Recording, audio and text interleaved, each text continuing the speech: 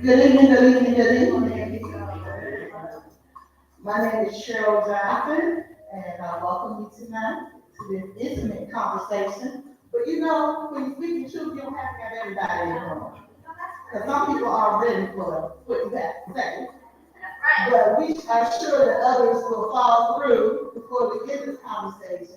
But we'll just start it off. This is the ArtsXchange. This is our 1-year anniversary.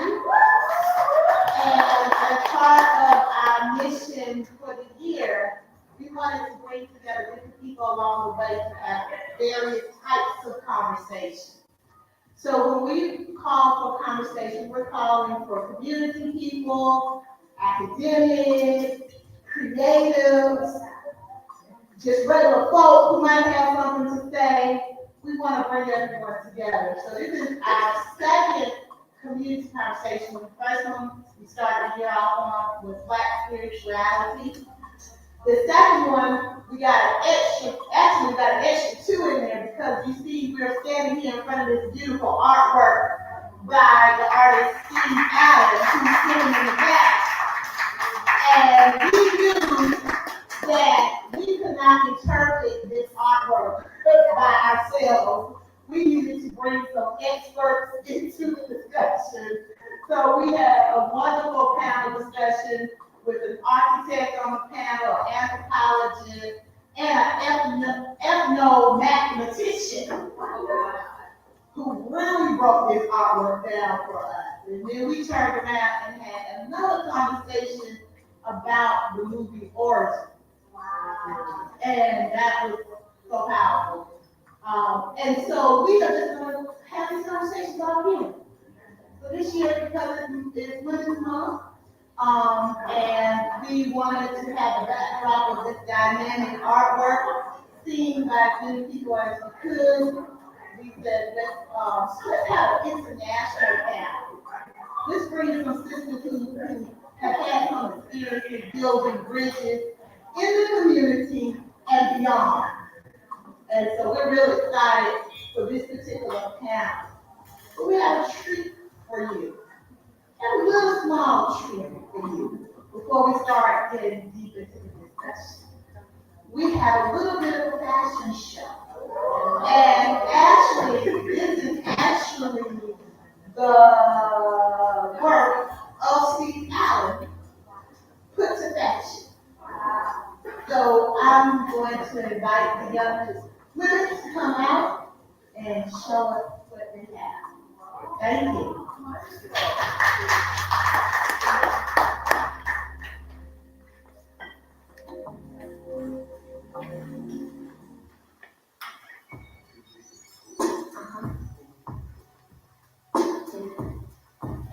I'm gonna like this. Just like it down.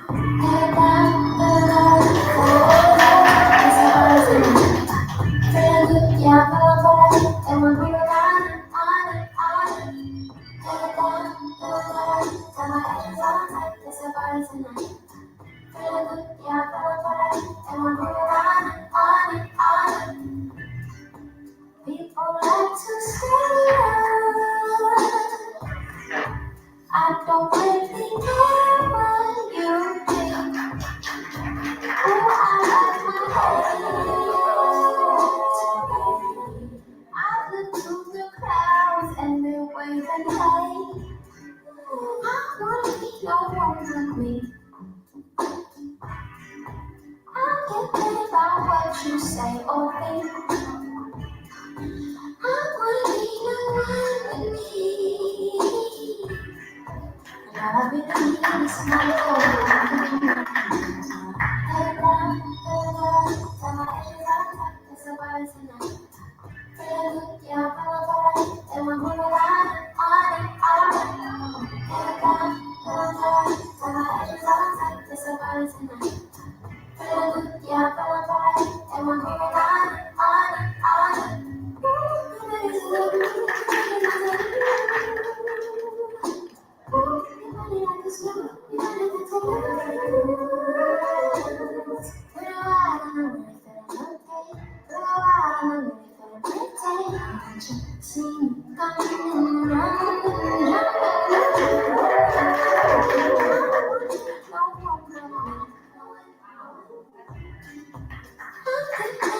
What you say, oh,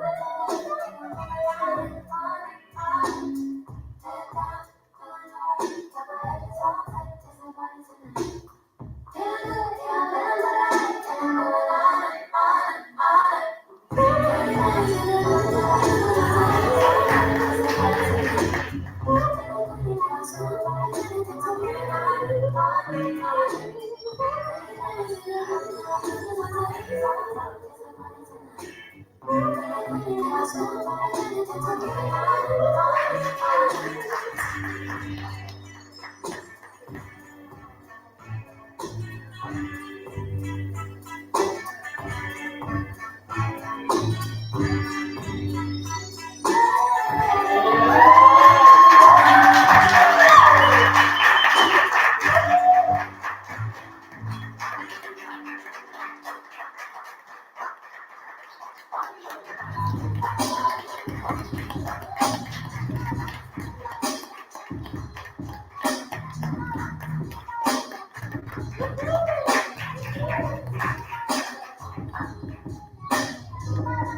just always want to leave you wanting a little bit more. So, so thank you. These young women, the young lady in the orange, Tashina Eden, is my new program director. And so we're real excited about her being here and being with us and what she's bringing to the table. Because she wants to bring more young people, young professionals, more creatives, and we just want to see how we can weave that into everything that we do. So the fashions that you saw on the front end were Steve Allen's fashion. I'm sure he can tell you how you can get it. I would especially want that suitcase. Oh, that's okay. I'm gonna need that suitcase. There've been 3 sizes. He said it's only 3 sizes, John. Small and large. All of these are. And all these different pieces. And then the work in the back was by our resident artist, Kenneth Saki, and some of you know him as an outstanding fabric artist. And so he can, if you have a favorite sweatshirt, jean jacket, pocketbook that you don't quite want to give away, but you want to keep it and figure out how you can repurpose it, that he's the person to see. So, thank you, all you young ladies for participating and coming out and supporting us. We're going to move on now to the discussion. So let me tell you a little bit about who we have today. First of all, we have Dr. Janita Poe. And I say Dr. Janita Poe because I've known her all my life. And I know the work that she put into getting that PhD. That doctorate in international communication from Georgia State. I know the time that she spent away from her family, traveling to France, so that she can have that international global experience. I know what the students have said about her in her classroom. And before that, she had a whole other that of a nationally award-winning journalist who worked for the AJP, she worked for the Chicago Tribune. She's very active in the National Association of Black Journalists. So that was her other piece of work. But I will tell you something else that you don't know about her. That's not in her bio. This is an iron woman. Bluetooth disconnected. Meaning, she's a triathlete. She runs like swim. No, you can't do out of shape. I see, even if you're out of shape, better than somebody. But she runs the marathons and she runs the triathlons, and I see them posted, and I said, yeah. I can't do it. And in between all that, she's also sharing the role that many of us are sharing, that as a caretaker for her beloved father, Dr. Booker Poe, who was one of our first Black pediatricians in the city. So we are hearing a lot, do a lot, all the time. So I'm gonna go down the line and introduce one of my baby sister friends. I've known her for a few years, I guess, we're gonna say a few years. But she is a poet, spoken word artist, musician, yoga, Issa, That's not a word, I just made that up. She worked for many years as an arts administrator, and now she and her beloved have a program called Home Fit, in which they service our youth. They take hip hop movement and use that as a tool to talk about leadership and setting goals and getting good people. And it's a community, it's a family. They're raising these kids up together. So when she had her little one show up, she already had a village around her. And us as women, that's what we have to create for ourselves. A lot of times we're not in the places where our families, our quote, blood families are.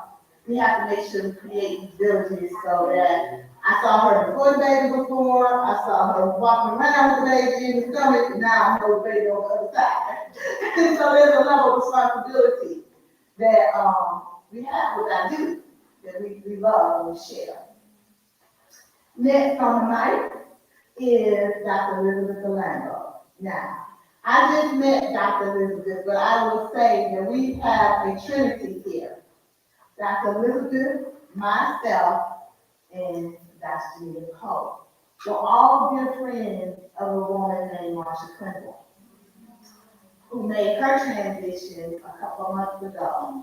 But when I tell you, talking about a woman who built bridges, Dr. Clinton, Marsha Clinton was beyond a person who built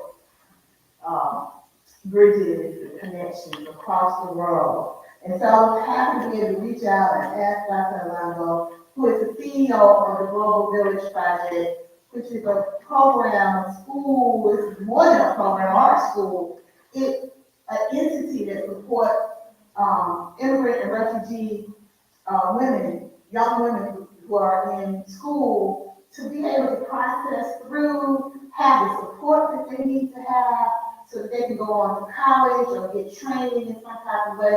But these are young women who, many of them never had the opportunity to go to the type of school that we go to. And so when they arrive in Atlanta, they really need that support. And that's what the Global Village Project does. Before that, she ran the largest division of Africa programming for the program called Pepper International.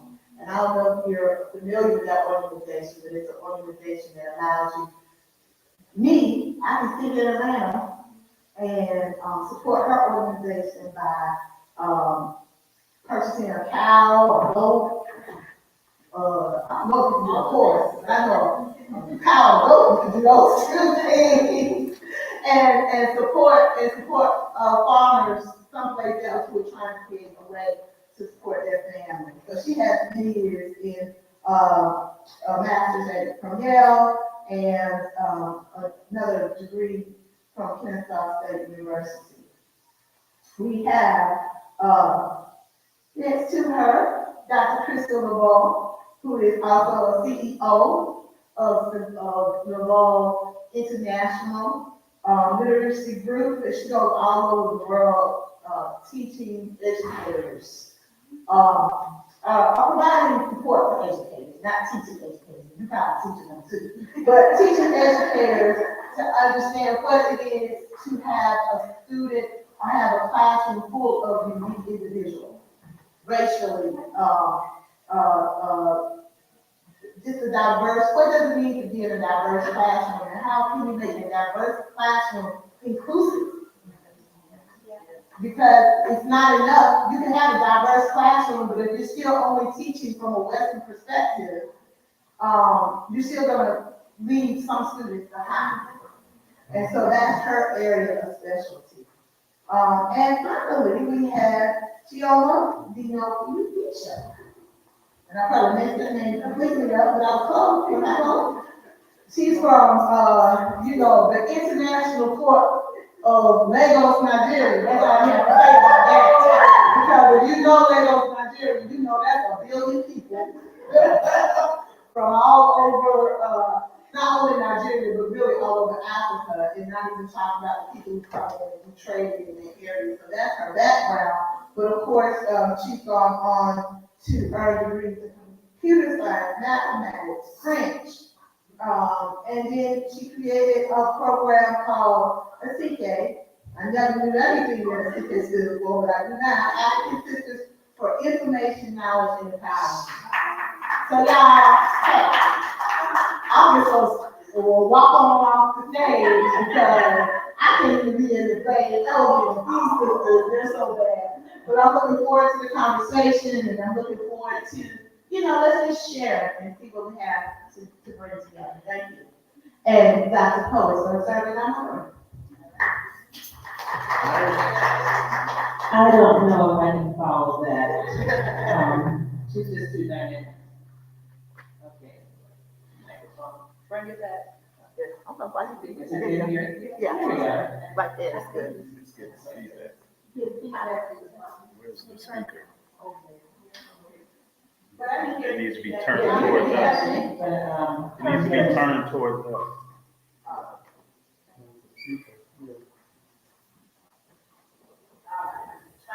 Is this better? Oh, that's much better. And I'll pass the microphone down. I know Cheryl said that we could project, but I don't want to be the only one with the microphone. All right. So, first question. By the way, I want to say I've done my research and on these fabulous women, and I'm just honored to be the moderator here tonight. So I'd like to start with a question that might help us all learn more about our four families.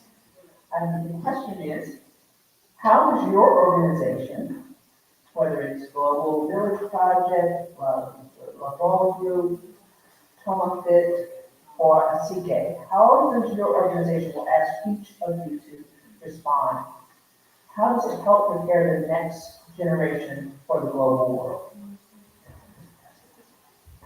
That's such a good frame. Yeah. That's such a good frame. And so we work directly with the youth and the families. And so we're very rooted in the community and in the culture. I think our guiding values are very much about humility and unconditional positive regard for all people. And we embody that. So much of what we do, because we do work, so Thomas said, my husband, that's him, he is a dancer, and so he's primarily, he's a b-boy. So he is in rhythmic alignment with the drum beat.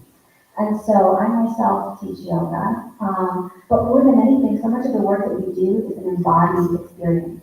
It's about taking the mind and into the theory, all these theories that are guiding principles, and dropping it down into the heart and letting it settle, and staying rooted so that people feel the principles. I think it was Bruce Lee who said that you have all these ideas about who you are, these concepts, but the way you are is how you treat people. It's about being a role model, and we are privileged to be able to serve. That we have a cohort of families that we teach for 30 weeks out of the year. Some of these families we've been with for many years. And so I think how we prepare them for the global platform is by making sure that they are assured and they have a sense of embodied confidence in who they are. Not just the affirmations, so it's so important to speak those, but so much of the power of physical movement is that it's an embodied experience. And so we're preparing by just doing our best in our local communities to extend that compassion and that unconditional positive regard. Because, we work with people. We're moving, we're up and down. That's just the reality of it. And it's still meeting with love. It's like, how are you? And I can see how you are. And that's okay. And being there with one another. So how we're preparing them for the global platform is just being authentic, being rooted, and always leading with that humility and unconditional positive regard, and role modeling that, so then that transcends out to the next generation. Well said. Good evening, everybody. First, I want to say just what an honor it is to be among these women in this room, which is so inspiring, and having this conversation. I'm just really touched. I also feel I must correct everyone and say I'm not Dr. It's just Elizabeth. Some people have really heard that, and I have not worked on that, so I don't want to take any credit for work. That said, to answer your question, so Global Village Project you mentioned is a school for refugee girls. So our students do come from the world. They come from all over the world. Everywhere you can think of where there has been conflict, where people are being displaced and are running for their lives. Our students come from those places. Right now, the vast majority of them are from Afghanistan, and they are from Myanmar, they're from East Africa, the Congo, all of these places that we are aware of because we watch the news. And so when they come here, they're starting a new life. For the vast majority of our students, and they're all between the ages of 11 and 17, they have not had an education, or they've missed most of their education because their families have been in transition, they've been displaced. And what happens with families in displacement, typically what we see is that when these families come into the U.S. or being displaced, with limited family resources, they often prioritize the education of the boys over the girls. We've seen this regardless of culture, context, everything. And so when our students come, they're very hungry. They know what it is to have an education. They know what it is to not have an education. And they're starting from scratch. I mean, we see them, if a student misses the bus in one, they should walk 4 miles from Clarkston to Cater to attend school. And it's really remarkable because, you know, what we're giving them formally, what the program says it's an education, but it's so much more than that, right? It's the things that you mentioned. It's voice, it's authorship and agency in their lives, it's choices, you know, that they never had before, it's opportunities that they never thought would come their way. So and we are always in awe how these students take that knowledge and those options and opportunities and interpret it. So our Form 1 teacher, just this week, on Monday, our Form 1 teachers for our newcomer class freshly arrived. They're starting with the ABCs. Now just imagine you're 11, 12 years old, 15 years old, you've never been in school, you really start with ABC. When they arrive in August, and by the time we get to December, these girls can string words together. We definitely found their voice. It happens very quickly. They'll come into my office and be like, Miss, I didn't like school, I didn't like lunch today. And I'm like, well, you found your voice. It's a wonderful thing to see, you know, that they can really speak up for themselves and the things that they need. But Form 1 was having a conversation this week. She noticed that were having a difficult day. And she stopped the class and she said, what does everybody need? Let's talk about what everybody needs, right? And she's expecting, I need a hug, or I need a glass of water, or I need a break on the carpet. And one student gets up and she goes, I need the government to do its job. We're in a church, and outside around us are a lot of unhoused homeless people. And she says, because it breaks my heart to see these people not have homes. And we all thought, well, that was a different response. I mean, and then they go into this conversation. The other student goes, I need what's happening in Sudan to stop. And I need the people who are leaders to make this war stop because people are in pain. And here we thought we were raising these kids, right, to just, you know, we're expecting something about themselves and what they need for themselves, but already they're thinking about the world in ways that we couldn't imagine. So that's how we're preparing them. It's just, they're already thinking about these things. We're giving them platforms and language to be able to express the change that they want to see. And it's a really remarkable thing to be a part of. Hi everyone, I'm Dr. Crystal LaVoule, and the LaVoule Group does many things. It is an international organization that supports teachers. It supports education. We provide creative programming to basically fill in the gaps that exist for educators.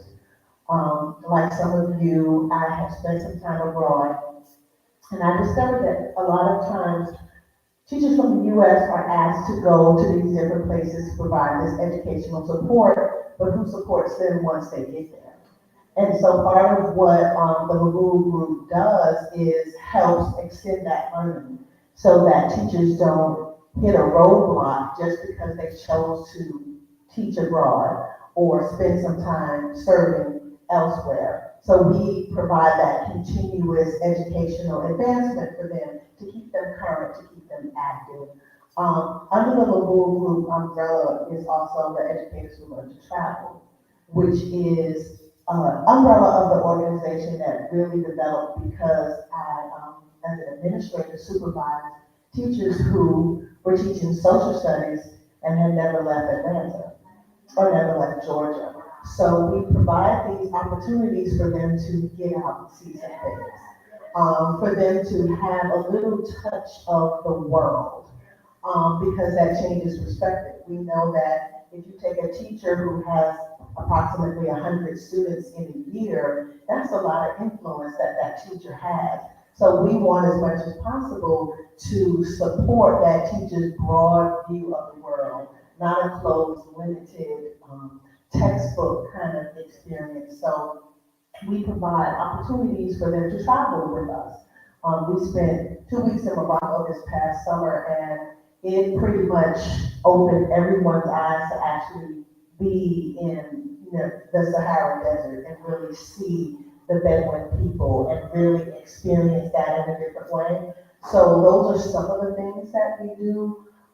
Here, we just had, I know you mentioned you and your husband and your program, and we just had the first Rewrite Rhyme conference last week, which was an opportunity for educators, entertainers, and entrepreneurs to come together. And those are three groups of people that hardly ever speak, right? Educators meet with educators, entrepreneurs meet with them.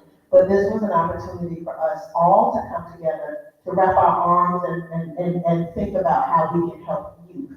So everybody was committed to supporting today's youth, but also what we had in common was that love of hip hop culture. So you had people who were from Generation X and Millennials and Generation Z, and we were all kind of spending time talking about our role, the different things that we do, and how hip hop is that vehicle that kind of connects us and motivates students.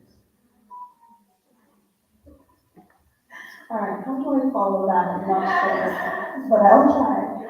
Thank you guys so much for being here. It's always wonderful to be in spaces where you know you're about to get lifted, right? And you're about to have true conversations where you connect. I'm Chairman Bishop. I'm president of SEK. SEK is African Sisters Recognition, Knowledge, and Empowerment. And we started in 2005.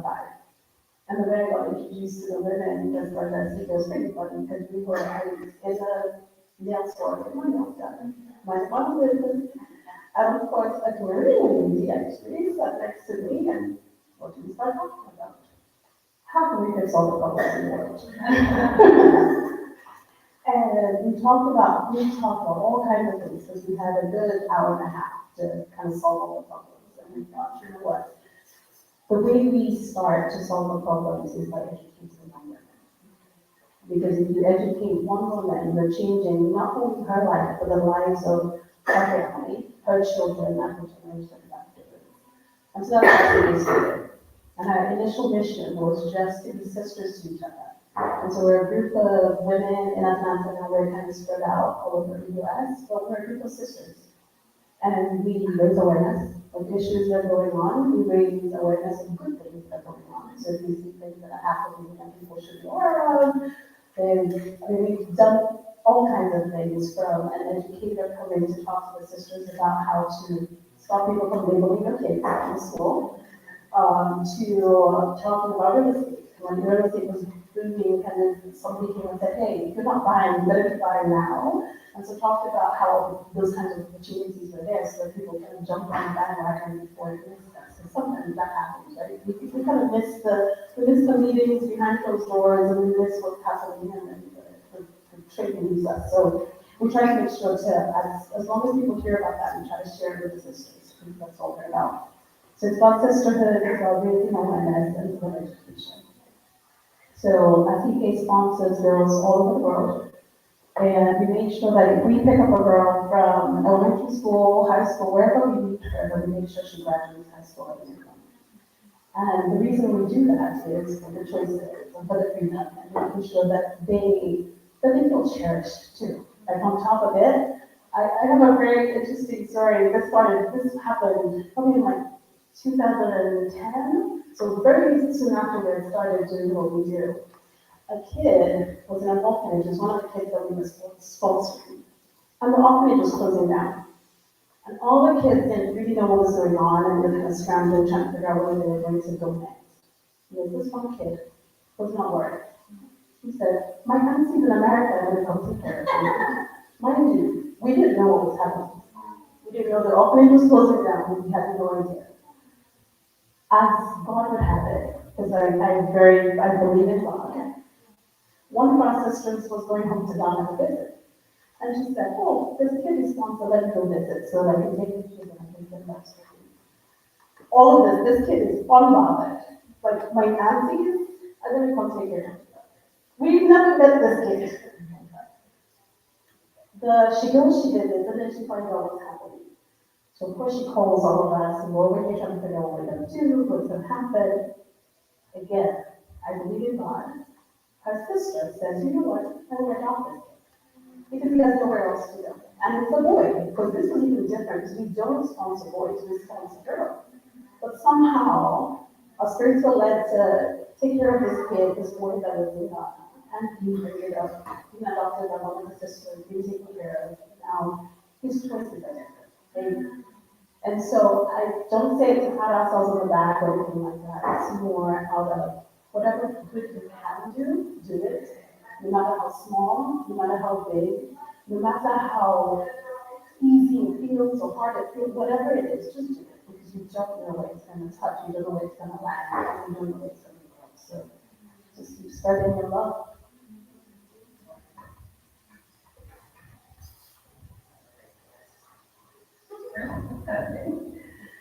All right, so our talk tonight celebrates International Women's Day, which I think was last week, right? But we're celebrating this day.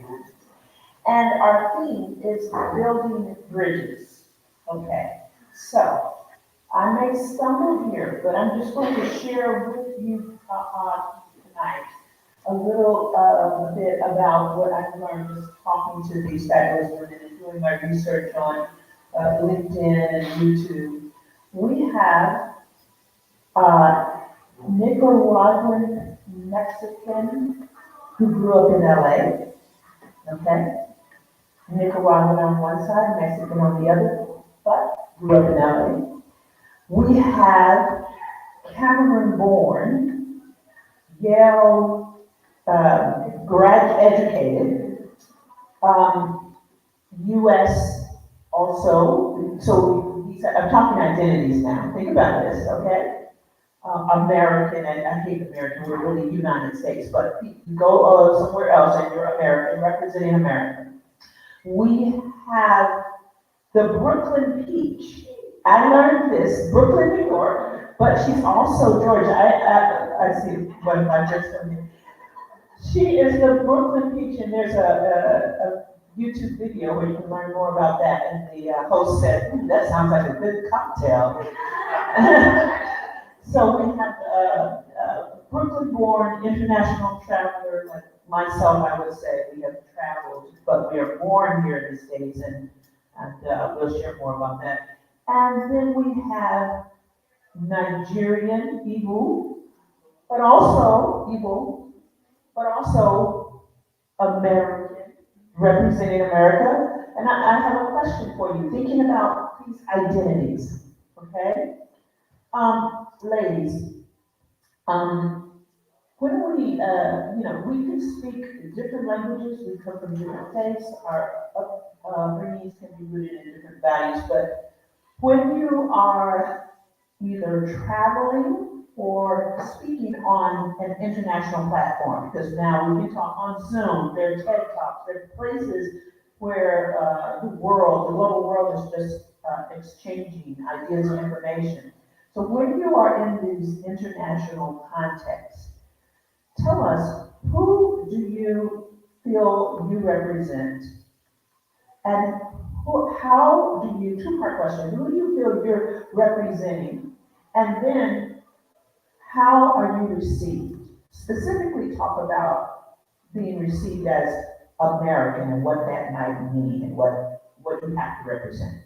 And we'll just go down the line again. That's a really good question. Yeah. So I just want to recap to make sure that I'm okay. So that was two parts to that. So the first part was how do I put forth my cultural identity? And then the other part was how am I received as an American? How are you received? And okay. Specifically, you're representing the United States, of course you represent the United States when you are in international context. Yeah, that's interesting.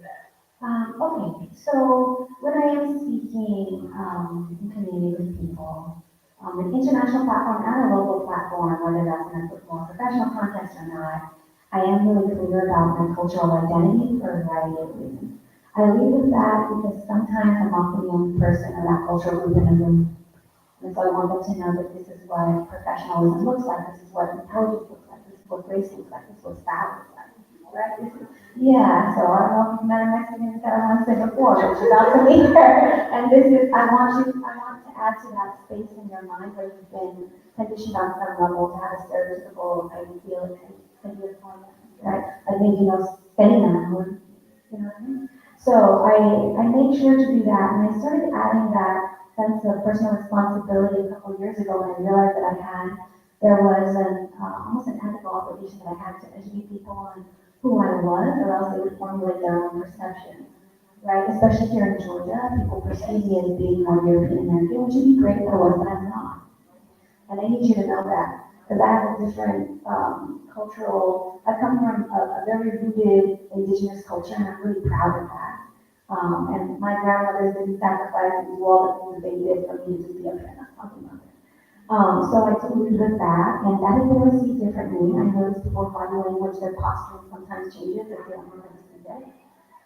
But particularly with people, like in a professional context, people that I supervise, I found that has really reduced any sort of barriers. Like, I'm coming to you from a human context. And yeah, so I do believe with that, and it's been received, so it's been received in different ways for different people, but I think overall people appreciate having a little bit more insight into like what roots me and how you want to get leading with genuineness is something that I think solves barriers and helps people feel like, yeah, you're a heart-centered person. I too am a heart-centered person. What can we learn from each other? Because that's really the goal of bridging, is listening and learning and being ready to support and be supported, that vulnerability and that exchange. And then so when we travel internationally, we're very willing to have conversations about how people perceive Americans. Whether that's what they believe that we all eat just like bags of chips every day and bread with sugar in it, and you know what I mean? Yeah, right, that part. But then so often, one of the things that we were sharing is people everywhere you go, and people have an instinctual inner knowing, and if you can tap into that, and build that bridge, and they feel like they're not there to judge, or they're just there to listen, and you also see them as the glory of God that they're made through. If people feel that, like you're made in the image of God, I don't have to tell you that. You know that I'm sharing that with you because I'm respectful, and I'm leaning in, I'm surrendering to what you have to say without question. I'm not challenging, just listening, and not listening to respond. Are things that help. But I say all this to say that individuals on a human level, they know the difference between an institution that is the corporation of the United States of America and individuals who are here soul-led in front of their faces. And so we've been able to, and that's how we've been able to distill various, because people know that are not the institution. That's so okay. So a little bit of my own experience with identity, like you said, I was born in Cameroon and came here when I was 16. And a few years ago, lived in Ghana for 5 years, was running an organization there. And I've traveled quite a lot in my career, been to about 60 countries. And so the question that I know I will get asked the minute I arrive is, where are you from? Right? Because I'm not placeable, and sometimes my accent is not placeable, so people are like, there's something about you I don't get, and I really need to be able to put you in a box. And I don't fit in a box. Few of us do, but the world thinks in boxes. And so the thing that I have learned to discern is, are you asking me the question because you're curious about my humanity and you're seeking to make a connection with me? Or are you asking me the question because you want to judge at other people? And you can tell instantly when that question is asked. You can tell the minute that question is asked, you're like, I know I'm asking this question. And I will give you, either I'm going to give you what you need if you're looking for connection, or I'm going to throw you way off, right? So I've learned to, when people say they're like, sometimes I'll go, why don't you get it? And then they'll go, I get a lot of Jamaica. I own that. They're like, yes, okay. I get a lot of Kenya. I accept that too. When I go to, I was in Colombia last year.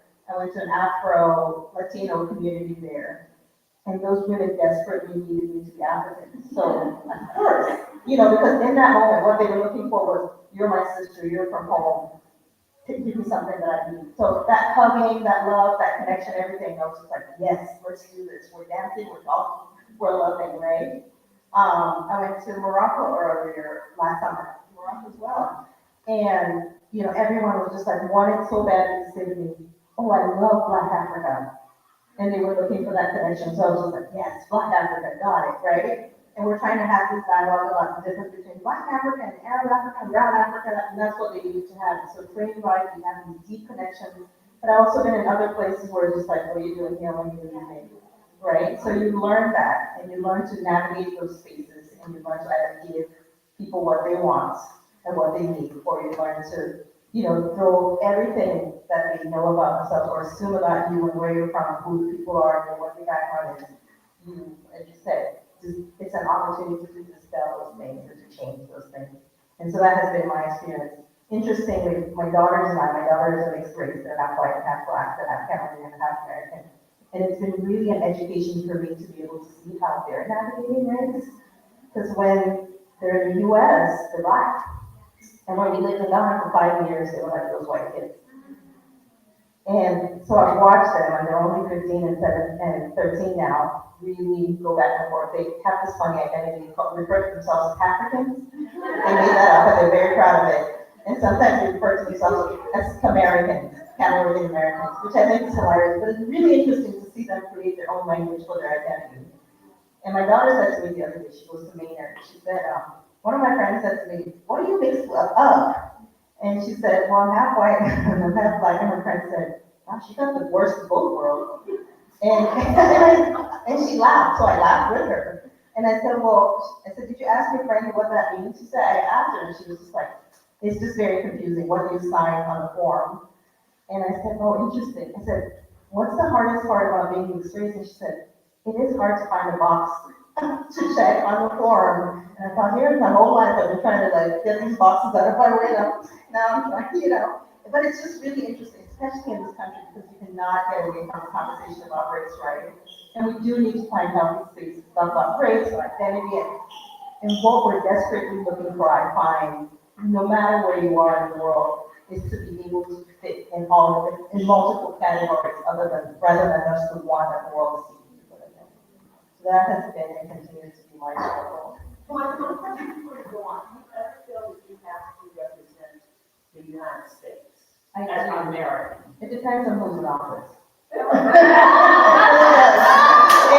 does, I'm not gonna lie, it really does. There are times when that's a positive, and there are times when it is not, and I'm not getting in trouble for nobody.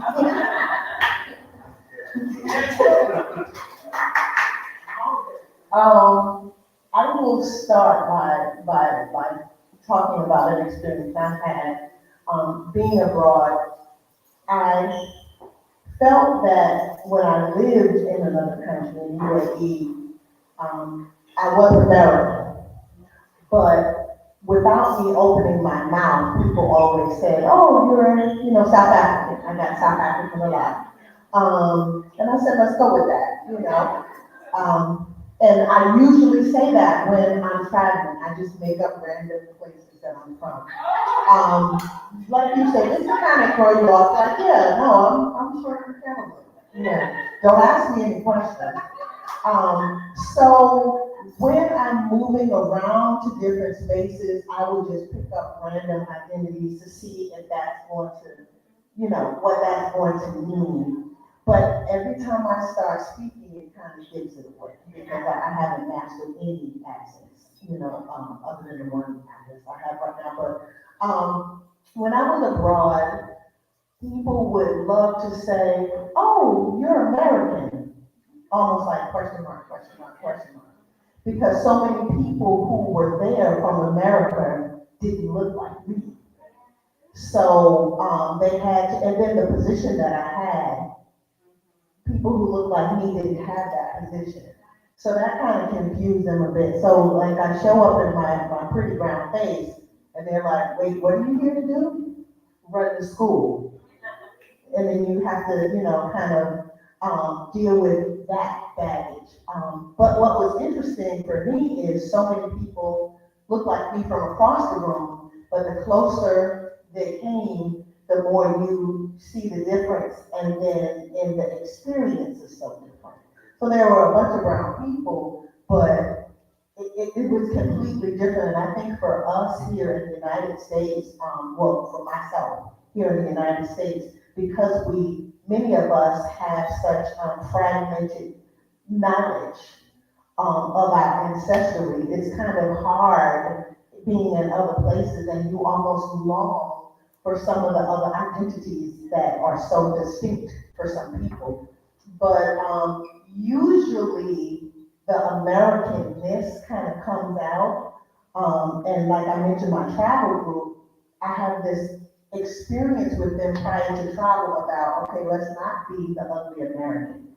Let's not go into another space where we're supposed to learn about people and have these ridiculous expectations and, just be out of order and loud and rowdy and not respectful. So, to answer the question, I usually have that Americanness bubble up in some of my experiences, but it does depend on where you go. The last thing I'll mention is I was in Mumbai, in India, and I felt the heat from somebody staring at me so closely. And I finally turned around and said, hello, to this lady, and she looked at me like she had never seen this shade of brown before. And she was the same shade of brown, in my opinion, but it was just so different. She could tell that I wasn't from Mumbai. And she just had to start laughing when I turned and looked at her because she realized I am like staring a hole through this woman's face, and she laughed. And then, she was very nice after that, but it just baffled me how many people hadn't seen Black American women before, or at least they act as if this was new, and it was, but in a nice way, but just so baffled, like, oh my God. But I grew up in Brooklyn, so I grew up in New York, so I saw all kinds of people, so it seemed strange to me. But I've never really had a negative experience, but I do feel American often when I'm in these different international spaces. I guess I'll start with a story as well. Maybe a couple of stories. Because you asked how I identify. So I think it usually depends on who I'm defending, because I think at my heart I'm like a defender of all people I think I'm both from, or sometimes I'm superhuman. Because I'm always trying to defend from like 9,000 on stage, listening. Anyway, so I'm in an Uber driving home, and this lady says, African men are lazy, both of this is now the African woman. Now I'm not even just Nigerian, I'm defending all of Africa. So that I'm African. Or traveling in France, and it's a time when we were doing we were even stop calling them French fries, we're calling them freedom fries in the US. And I'm traveling with a group of, American young people who were in college. And I turn to them and I say, hey, I just want you guys to remember, if there's trouble, I'm Nigerian, and I can speak another language, so you'll be sure to hear it today. So again, but I say those in jest. I do know that I'm an Igbo woman. I'm a Nigerian woman first. I think in any space that I enter, I'm a Nigerian woman first. I'm American for sure. My children are American. In fact, my husband his dad's from Jamaica, his mom is from Liberia. I'm Nigerian. My kids, when they introduce themselves, will say all the three countries plus the US. And so they already appreciate the fact that their identities are quite different. And we talk a lot about you're so unique because you bring your experience. There's not another you, right? And so talking about identity, it's not even about whether you're from England or you're from Nigeria or you're from the US or you're from wherever, because I can have the same exact identity culturally about work with somebody else, and my experience is so different that when we show up completely differently.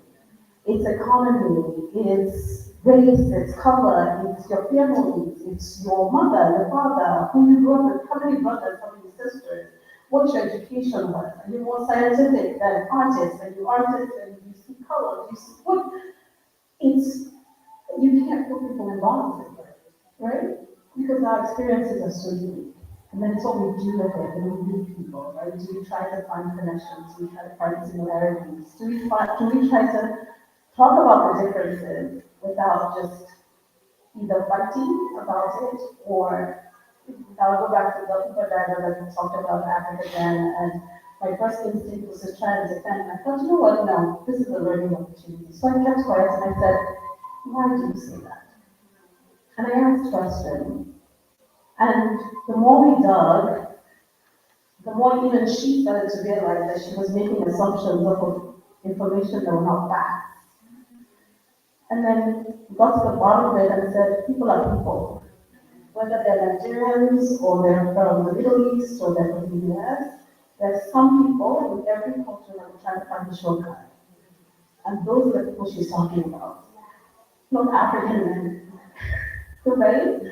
And it was interesting having the conversation. I say it here to say that my identity, yes, it's me, and I'm unique, I claim it 100%, but I still will say Nigerian woman eating Lucian soup with my hands, and enjoying the sandwich outside, I'm almost of all of that because I do love my culture. I love to share it, I love the art, I love the music, I love all of it, and I want to share it with the world. And anybody that is interested, I will share it. I think if I answered the question, that I just. And more.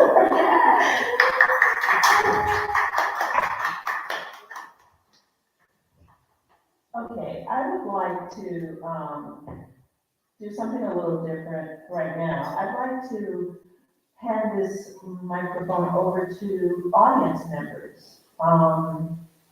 If you have questions, if not, I certainly can come up with more.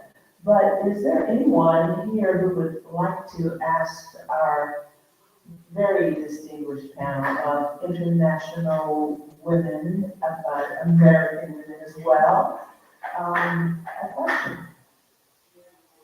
Any questions? And please introduce yourself. Sure. Please introduce yourself. Hi. I'm Grace. Yes, I'm Grace. My daughters are in the dance classes here, so I just happened upon this lovely, lovely night. My mother is Brazilian, and I was born and raised in Montgomery, Alabama. So I'm like, whoa. Yeah. And the girls are sweet. So like Choctaw, Indian princess, and Spanish harbor masters, and Alabama, like deep.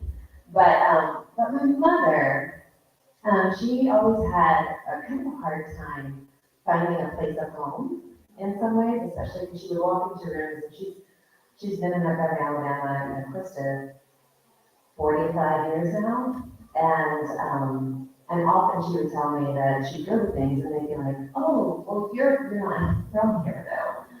You know, there's often this, you're not from here. And so I was wondering if you guys feel that and how you've navigated that in coming into the professional world or going into an evening party or, you know, that kind of thing. Thank you.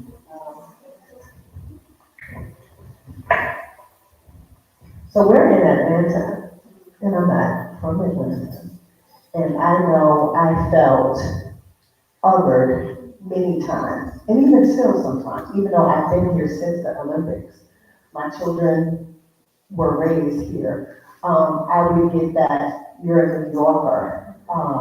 And then there was kind of a schism for a lot of people in the educational realm between New Yorkers, and New Yorkers would get blamed for the traffic, all kinds of other things. And so I felt that, even though it's a small thing, I felt kind of out of place, even though I was drinking sweet tea on the porch. But I was from up north, and then, you know, and so, but what's interesting is a lot of times I'll see someone who is newly from New York, and I'll say, I wonder if that's what they mean.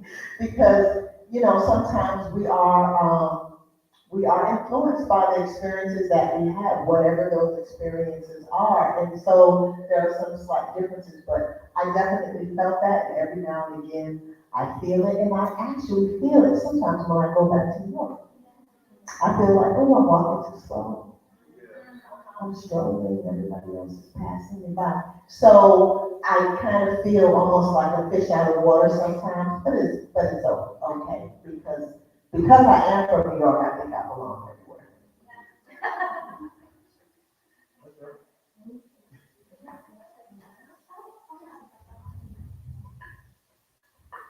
I'll add something, and I hope mom finds home, even in Alabama. As he gave, we have this one Indian lady, the sweetest. She was born and raised in Burundi, and she's Indian, right? And so when she walks in the room and she says, "I'm with Asike," she laughs because she says, "People only ask me how," but with the sisters, she doesn't feel that. Because we've taken her in, right? We say this is a sisterhood and we mean it. And so hopefully mom finds a sisterhood, a group of people that just says, yeah, you're one of us, and we take you, right? And maybe I won't say maybe, it's each of our responsibilities to make sure that we're doing that for other people. Right? If you find people that are feeling other, that are feeling outside, that it's not feeling like you belong, but it's our space to say, hey, come on, let's love on each other, let's know about each other so that we can make home for you right here. So it happens, and I think it happens to everyone. My mom is here too. She was born and raised, grew up in Nigeria, now she's in the US. It took her a long time to move to the US. Even though, like, my brother's in the UK, I'm in the US, I've been here since 2000. It took her a long time. But she didn't want to leave home.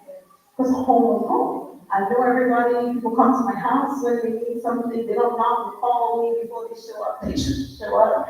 I cook for a whole village because I know somebody's gonna come and eat, right? And now I'm only cooking for myself, I don't cook because my kids didn't get up and show up till the weekend or whatever. And so it's different, but even she's finding her people, and she's finding her own group, and of course comes out and is in the world, but has her space when she needs to be filled and really connected.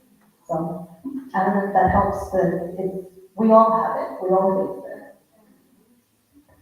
Yeah, I would agree, and I would say that for me, what I'm learning is that for people whose identity is neither here nor there, home is seldom a place, right? It's other people. And home is made. You kind of have to make it, and you make it with the people who you invite into your space. You make it with the people who you open yourself to, and you can find that really anywhere, right? I think your soul, you learn to speak to people through your soul rather than through your voice necessarily. I mean, for me, I found I've lived, gosh, I feel like I've lived everywhere, and I've always found my people. Well, they've always found me, so I've always felt at home. No matter where I was, and also I don't let anybody make me feel other. I am a citizen of the world, and I belong wherever I am.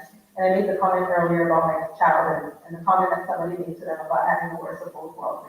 Everybody asked, but I should follow that by saying, for my children, and I worked really hard at this. They could do this from the time they were 5 or could speak. Nobody gives them a sense of who their identity is. They know in the seat of their soul who they are.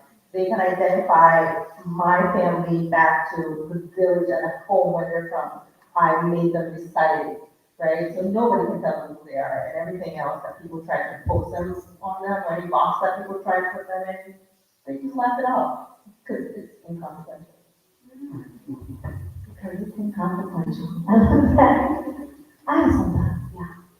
Okay, so with this question, I thought a lot about this idea of belonging because right here, we do not live in the same community in where I grew up because I grew up in East Los Angeles, California. I'm Chicana. right? And I serve various cultural groups of the African diaspora, and I love it, and I've been embraced. But I think it's always important to take a step back and look at the bigger picture, while at the same time being rooted and steady inside of yourself. So it's like being within yourself, but then also bearing witness. And when we take a step back and look at the bigger picture and we speak about spiritual formation and development, we are made of stardust from a much larger place. I mean, the Vedas even tell us that we will have lived over 24 million lives. That's ancient text, right? And so if you think about that, like, you are who you are now, and maybe you've been 24 million other people.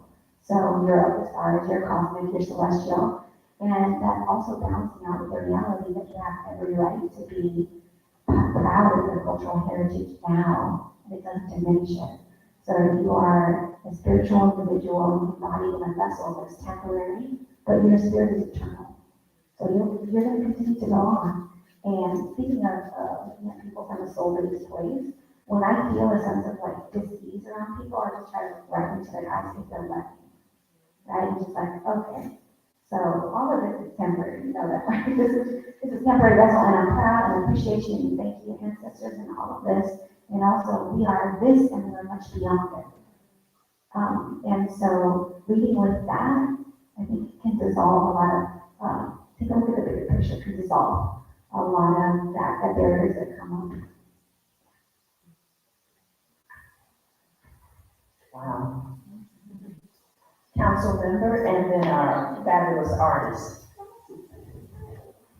Right now, I'm a retired council member. So, with me being political as I am, I find it so interesting in this conversation. And it really ties into this panel discussion we had a couple of weeks ago. I don't know how many of y'all have seen the movie Origin. But, you know, in it, Renee and Robeson talks about the caste system. So as you all are talking about this, I'm thinking about it in terms of that conversation right here that literally talked about it. We had someone talking about India, the caste system, like we were talking about how our Indian woman would do a certain way, and all of that. And I was wondering what she was going to say was she looking down at you, or was she just staring at you just for identity? Because, you know, here in America, we talk about race and racism. I'm from the South. Fortunate not being able to travel across the country, different places, and so I've been exposed to different things. But my family, so my members have it, and some family members have it. And when they talk, sometimes they'll talk about things in terms of just specifically their identity, in terms of racism, and then they'll put something on it saying, you know, well, you know, the white folks this and that, and the other, that. And I'm like, the world's so much bigger than that, even in terms of religion and all these other things. And so, as you all as women and all the great things that you all are doing across the spectrum, do you feel it is one of your duties or charge, or to try to expand and then have these conversations and interact with folks, you know, having a conversation to lift folks to another level? I'm always trying to do that through what I do, because people, even in my communities, I was a counselor for 17 years, and there were so many deceptions that were so long. And I'm just saying, no, that is really not what you believe it to be. So do you all see that in terms of when you're interacting, and even in terms of who you are, as in terms of who you are, and then how you try to correct it in a way that will take our folks to another level? Is that what you're saying? What I'm saying is that we talk about how do we move this? How do we bridge it? Yes. You know, so that's my next question.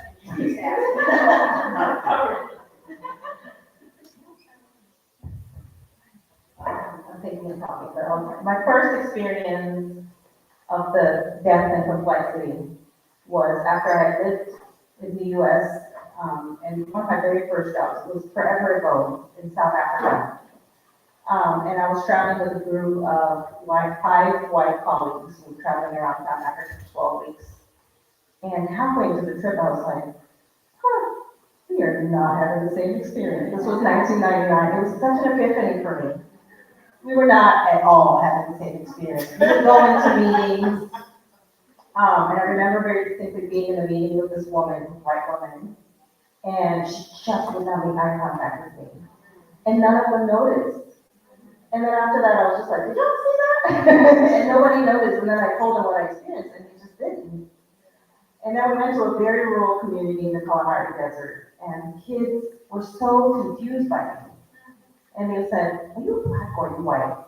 Right, in South Africa, like, if you want to go to a place where race and racial complexity really mess you up, right? Apartheid really did a number on my country, they're doing, but there's a lot of remnants and legacy of it. And I started going, well, what am I? Like, and for a moment there, it throws you off, because you're like, what is this question? And I think that my younger self wanted to defend, wanted to put people at ease, wanted to put myself in those boxes, wanted to shrink myself in those spaces. But as I get older, I find that I don't need to do that as much. This woman, African American writer whose name I'm forgetting now, but she talks about the fact that people often, when they meet a person, specifically a black person, who doesn't fit in any box that we have created, rather than expand their definition of what blackness is, will make another box to put you in. They'll be like, oh, you're not like other black people. I mean, I think Oprah was like the definition of this for a long time. People were like, I don't like black people, but I love Oprah, right? For a long time in the 90s, people would say that very openly. And I was just like, or you can expand the definition of what blackness is, what black people are, and how they show up in the world, and interrogate your prejudices, right? And really go deep and do the work. So now I tell people, I'm like, you can Google this stuff. Like, you can learn from the internet, you can read a book. It's not my responsibility to educate you on these things or to contort myself to favorite definition. Not doing that.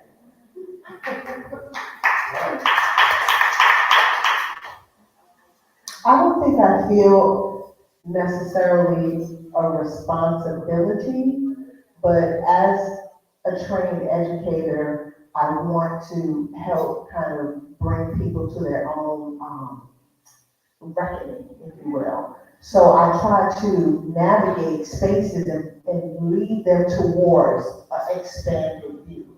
So I won't say, you know what, you have a very narrow, limited view, but I will expose them to other things that helps them come to that conclusion on their own. And so I feel that I have narrow views in many areas too, and it may not be about race, it may be about whatever. And so I welcome people helping me see and exposing me to things. So that's kind of how I approach it. It's not, who am I? It's not my duty to do that. But the humanity in me wants everybody to kind of elevate. And so I use, whatever platform I may have to do that, to kind of say, well, this is what you thought, what do you think now? Do you still have that opinion? What made you change your mind in this particular way? So kind of using that questioning technique to kind of see if that expands views. Perfect. Like you took my thought and you said it out loud before I said it. Which is awesome. Yeah, it's questions. It's the question. Because people, you talked about how when you could feel where the person is coming from. Sometimes people don't know that they really want to learn, but they will if you make them interrogate their biases. But even me, I know there was one thing I used to do a lot, and I didn't think anything of it. When I met somebody, I'd say, where are you from? And if they answered me and said, I was from America, I'd be like, where are you really from? And I didn't think anything of it. To me, I was looking for connection. I was looking for, that so that we could connect on kind of that international level and take it from there. And so somebody asked me the question of, what if they only know that they're from America? What if they don't know anything? How do you think that makes them feel? Oh, okay. Then I sit in that, and it makes me not ask it anymore, right? Unless the person comes forth with some way that kind of that unveils itself, and then we go from there. But I ask questions. And like you said, I think that helps people to get to where they need to get to when it's one-on-one. Right? Otherwise, you speak and you hope that it resonates somewhere and they think about it somehow, and that maybe opens up their thoughts to maybe reach out and learn from somebody else or learn from the internet. Hopefully they search the right things. We have our artists speak. Yes. the artist. Ladies and gentlemen. Notice his shoes. The shoes. Art. His art. Yeah, that piece right there. I guess I wanted to express a connection with what you all are saying. I know this is obviously it's a women's program, International Women's Day, blah, blah, blah. Okay. Me as and the age that I am, I'll be like 70 in a couple of months, right? The age that I am, I've got to that point where we talk about older folks, just don't give a damn. And just don't just say it, nuance, and not so much about nuance. I've been fortunate enough to travel the world as well. And being a black man from the United States, that's an interesting situation to be in many times. I travel back and forth. In fact, I'll be going to Congo shortly, back again.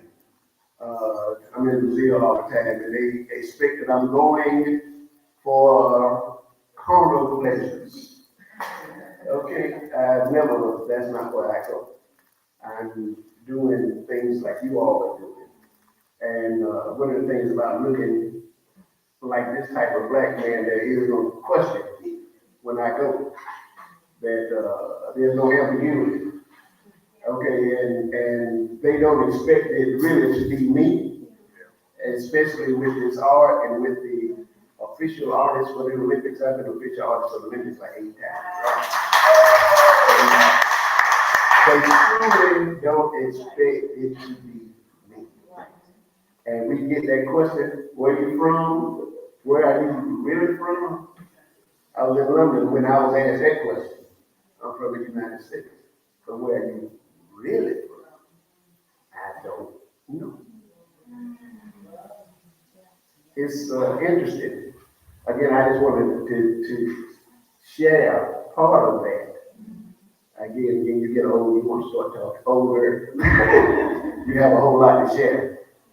And again, I just wanted to bring out that I feel what you all are saying. Okay, again, me being male, I embrace my maleness, nuance, that sort of goes over our head, and you don't know over. But I wanted you to know that I appreciate all that you were saying. And when I go, it's obvious that I'm American. After you open your mouth, somebody says, when you open your mouth. I go to Brazil, they speak Portuguese. I go to Congo, they speak Lingala, or they whatever. Well, I'm American. Oh, then they start talking another language. I only speak English. And they laugh at you only speak one language. Wow. Yeah, that's hilarious, yeah. And so again, I have to explain that American thing. But I'm just trying to do my little bit with this, working with young folks. And with the young folks, I have a foundation, Steve I have a foundation where I work to teach art with them, or just so they can see that black folks do this type of thing. On this level, I'm in the Smithsonian too, brother, you know, all from I'm going to use the Smithsonian's name, I'm going to use the Olympics name. Use yours. Yeah, so if y'all have young folks and whatnot, y'all more than welcome to, I'm easy to find, I think it's a card there. And just bring them over to the house/studio, one at a time or a few, it's all good. Again, they need to see us doing other stuff, especially cultural stuff they need to see. So that's my speak for today.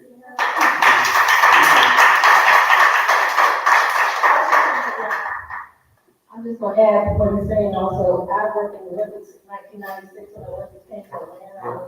I was an envoy for the Olympics for the Ghana. Thank you. But when folks came here, because I was very African, the African folks would just walk up to me and just start speaking and talking and asking me questions, and I'm like, I don't understand what you're saying. Then they would start speaking in French. Making an assumption again that I knew what they were saying, and I'm like, you're not from me? No, I'm from, Who brought it up? I said, I know one of y'all. But I don't know which one of y'all is from. But it's just so interesting, you guys, we talk about all of the crossovers. It turns out the different things that we did together. I'm scared of story.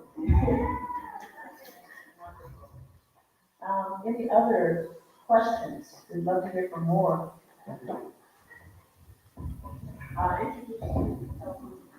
Hey, beautiful people. Whoa. My name is Quick, or King Quick. I am the life partner of Shiva Staffing here. And my question is very simple. It doesn't go too deep. More so goes into the future. So how do any of you, if you do or plan to, use technology to cast a wider net to the diverse group of women that need to see you, know you, follow you, learn about you? How can you use technology, or how do you plan on using technology to catch the new generation? Because some of the ways that we are working, sometimes we get so caught up in our ways that our world becomes smaller and smaller as the generation becomes bigger and bigger. They get their eyes on so many things, mainly their phone. So how do we get to them directly, and how do we use technology that can better them on this work? Is anybody doing that? I have any ideas? That is a great question, and that's a challenge. I know for me, sometimes I get so involved with the work that I forget to share the work. And so, we can see even in this realm, like the current generation or even the generation before that, they are attached to a device. And so if you don't come across that device, they're probably not going to come across whatever it is that you do. But it's a challenge. And so I'm just now starting to say, hey, I need some help, because it's hard for me to do what I do and figure out how to do a TikTok video, or figure out how to navigate Instagram. I'm not even interested, but I do know that that's the way to get across. So I'm getting ready to get your card, because I need a photographer. You know what I mean? I'm getting ready to try to reach out and connect to people, because we can't do it all, And so we need to partner and share each other's stories and things like that. So I'm just now starting to realize, hey, I need to kind of branch out and talk to other people and do things, because I'm just not good at that. We can't, the Creator gives us all gifts. He doesn't give us all the gifts.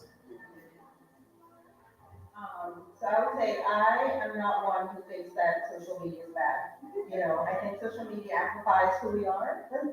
And for people who are doing things that are negative, it will amplify that. And for people who are seeking to make change, it will amplify that as well.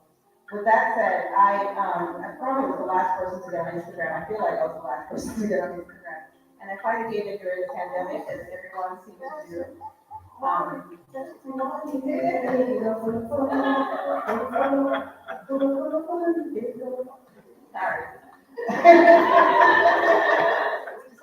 the motherland for a minute. Where was I? So in the pandemic, like with everybody else, I was asking myself, okay, how do I connect with people in this isolation, and what is the thing that I cared most about that I want to amplify? And I had, for many years, because I was traveling so much, collected African art, Black art from everywhere. And I have a pretty impressive collection, and right now I'm shaking being in the presence of this. And so I thought, I'm going to start an art appreciation Instagram page as a joke, just to occupy my time. Within a very short period, that thing reached 10,000 followers and kept climbing. And I thought, well, what do I do now, right? And I was making these connections with artists in Congo and Ghana and Nigeria, all over the world, Jamaica, everywhere. And then they were really sending notes like, oh my gosh, my art is selling, thank you for promoting us. I was doing it for free. Apparently people pay or ask to be paid to do this. I was just doing it because I was bored out of my mind. And then we just got to a point where I couldn't sustain it anymore, and then I felt really bad, because I was like, I'm sorry guys, I gotta stop. So I'm trying to keep that up. Maybe I stepped with somebody, I've heard about that. I didn't know, I did not know. But I say this to say, one of the things that I think is great about technology is that it has democratized access and visibility. It's given us a way for everybody, you can find your village way across the world, right? It really is like if you build it, they will come. And it's a really amazing thing for us to use as a tool. So I'm a big fan. That's how I'm making, creating my own village in my little world. Yes, and COVID, as nasty as it was, forced us to do some really interesting things with technology. At CK, we used to have an annual in-person event that would cost us a ton of money to put on, and then we wouldn't raise as much money. We would raise enough to cover the cost and educating the kids, because we spent money for the kids to be educated. And then during the pandemic, we thought, what are we gonna do? And then we found a producer that would do our event online. And we raised so much money that now we're finding it hard to have an in-person event because it doesn't even make financial sense. We will, because we need to connect with people in person, because that's obviously not awkward. But yes, we did that because we needed to, it gave us a different avenue to raise funds for the work that we're doing, and we go further because of technology. We're planning to do something in May, because May is Children's Month. I don't know the exact date, but it's an International Children's Day in May.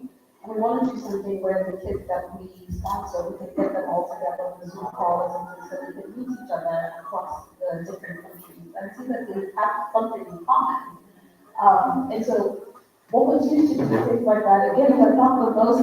It's funny because I'm a computer science major, and I am in tech, I'm information, internal automation, that's my field. But when I come home, I don't want to do that stuff. That's work. So I have to find people that are going to help me to do that for the organization, and as a state partner, and figure out how we can share. But yeah, it helps for sure to grow the mission. My sentiments exactly. That's what I have to contribute to that conversation. So sometimes you use the word democratize. I just said that to my husband because he's asking me like mock interview questions so that I can be prepared to just get my nerves out.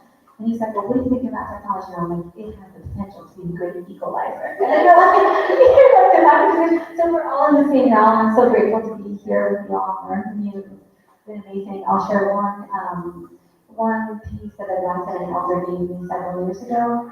I'm really into the metaphysical sciences, astrology, numerology, all of those things, and now I've since migrated those skills to mental health space. So solution-focused therapy, so much of what you do in education, you were saying that you build rapport and you search for exceptions. That's the solution-focused framework as well that we use in the therapeutic space. At work, my other job is that I work in mental health. But all of that being said, one of the elders, he looked at me and he was telling me, asking me about the metaphysical meaning of numbers, and I was just so proud. So it's probably about 10 years ago. And I was full of ego, but I was like really proud, like I memorized all these things. And then he looked at me and he was like, so what are you gonna do with it? And I was like, what? He's like, so you have all this knowledge, yes. What are you gonna do with it? You have to share it. You think all of this is for you, right? Like you have a gift. And that day I was so, like, he really spoke to my heart. And I started a YouTube channel for metaphysical things. My husband goes along me to like continue it. But people from around the world will reach out to you saying like, hey, you use this phrase. I really like that. I got that. I haven't heard anybody else say that. You know what I mean? So just to echo all of your sentiments of like, it is in this space now. We're in this space, this time here and now for a reason, and using technology to reach out is only going to, as you said, amplify. Shane, yeah. Well, I was going to hand this back over to, there she is. We're going to hand this back over to Cheryl. Yes, to Councilman Shepherd. Oh, do we have, I'm sorry. Yes. Introduce yourself.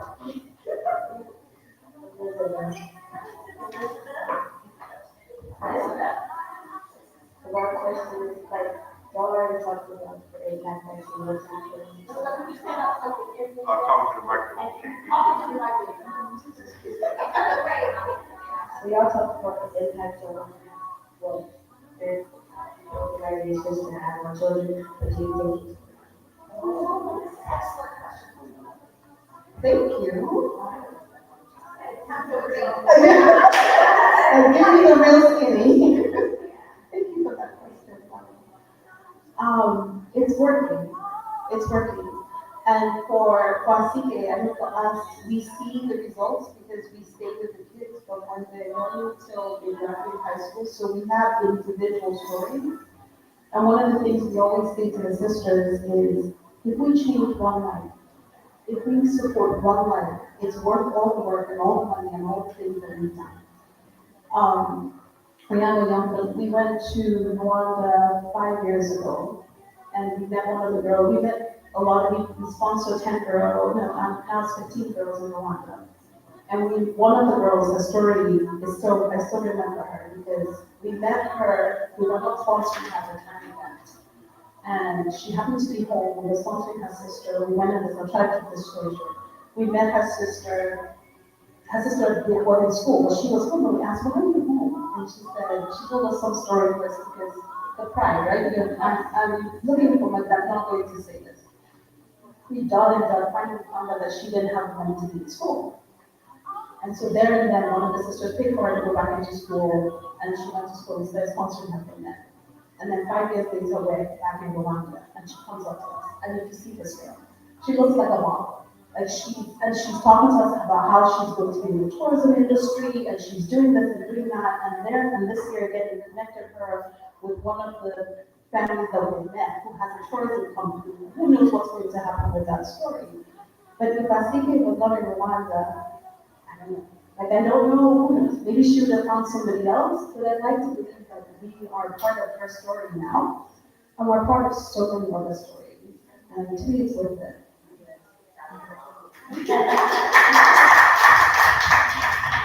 That is a very deep and complicated question. I'm glad you asked.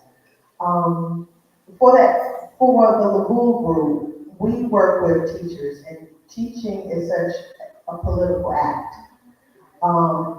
And a lot of people don't stay in the profession, and they don't stay in the profession not because of the money, because the money isn't, when you go in, because they don't have support.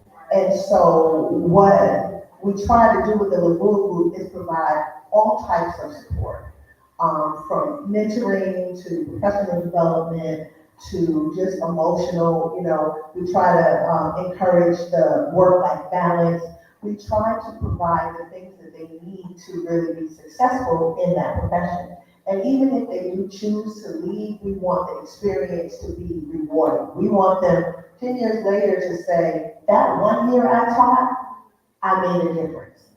Those 4 years that I actually was in that profession, helps me be a better parent.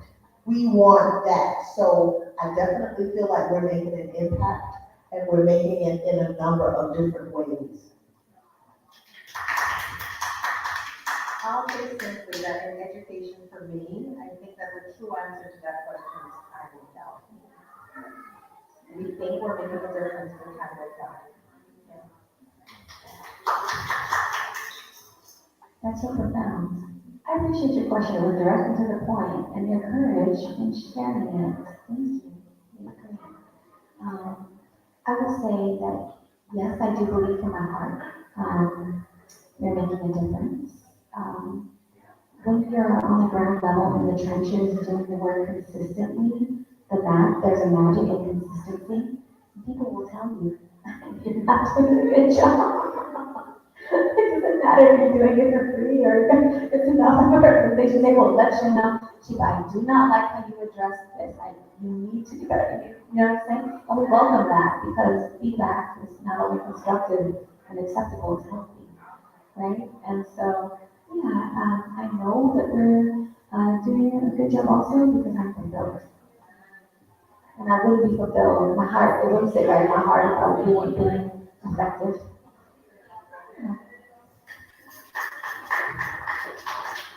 I just want to ask the panel, that because this is being recorded, if we could have each panel member just provide your website, repeat the name of your organization and website for the recording, if that's okay. And then we're going to go right to Councilman Shepherd. So the name of our organization is Doma Fit, Tomafit. Doma means together. You can find us at Doma Fit, or you Google our website is www.domafit.org. Thank you. We are Global Village Project. Our website is globalvillageproject.org. And we're on all the social media platforms with the same handle. Thank you. It is the Labull Group, and you can find us at labull.com, and Labull is spelled L-A capital B, O-U-L-L-E, Labull Group, or labull.com. And ours is African Sisters Transformation Council, but the website is just asike.org.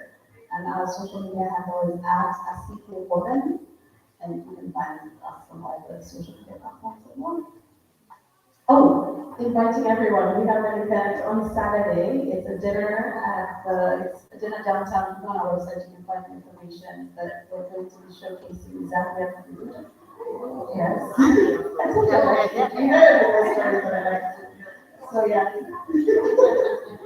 That's a whole. So check out the website, I believe it's at 3 o'clock on Saturday, and it's somewhere downtown at the Janky Glass Studios, there's a sport court, so. You do? Perfect, perfect, so hope you guys come and enjoy some authentic Zambian. Ladies, I want to thank you all so much. This has been wonderful, wonderful, wonderful. And I know some of you all came to the party and said, I haven't been before, and you get to know about this group. As you can see, we do a lot of panel discussions, exhibits, performances, a lot of different things we do here at the Arts Exchange. But and I'm just going to add in, as a board member and our president, that what we also do, we are a nonprofit. So, and all our funding, pretty much in terms of who we are, comes from different organizations, and I want to call their names because they are actually truly who we are, and we wouldn't be here without them. So we officially call the Southeast Community Culture Center, who also known as the ArtsXchange. And we receive funding from the Fulton County Arts and Culture under the division of the Fulton County Board of Commissions. And so we also receive funding from the Georgia Council of Arts under the guidance of the state of Georgia legislators and support from the National Endowment for the Arts, the Community Foundation of Greater Atlanta through a place to perform grants, Fidelity Charitable, and the state of Dr. Doris Derby. Y'all know Dr. Derby, Davis Golson Law Firm, MRH International, and the Black Man Lab. So those are our pretty much foundation sponsors. We appreciate them and what they do to make us being available to us. We also have individual businesses and folks that sponsor us, and you can become a member. We would love for you all to become members. Our membership is $35 for a membership for a year. At $35, now if you want to give 100, 150, you'll get a different thing to go with it. But that's a small amount of money. We want to grow we're growing, actually, but we want to grow it more and more. So this year, this is our 4th year, as our president said earlier, we'll be doing some celebrations later this year. You all are part of it, and we want you all to become family members. So when we see you, it's just like, oh, okay, now and once becoming a member, you'll get our email and information. You can also go on our webpage, ArtsXchange, and actually look at who we are and all of our events. So we welcome you all to become a part of who we are. As you can see, Mr. Allen, this is not his first time here. And so we're so proud to have so many people who are actually supporters of the Arts Exchange. Again, 40 years in business. We are actually literally are debt free from the building.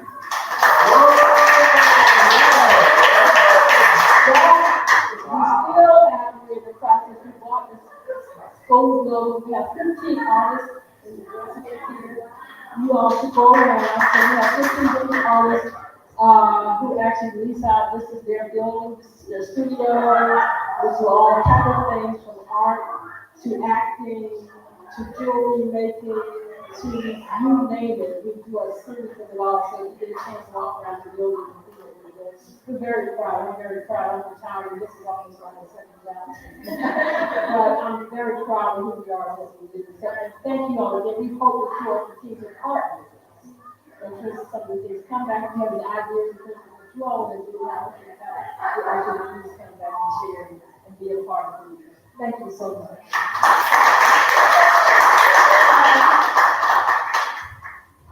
We close out, our beautiful ladies, I think, have one more look for us. So we're gonna let them come through and see what they can deliver. All right, ladies, let's see. Music.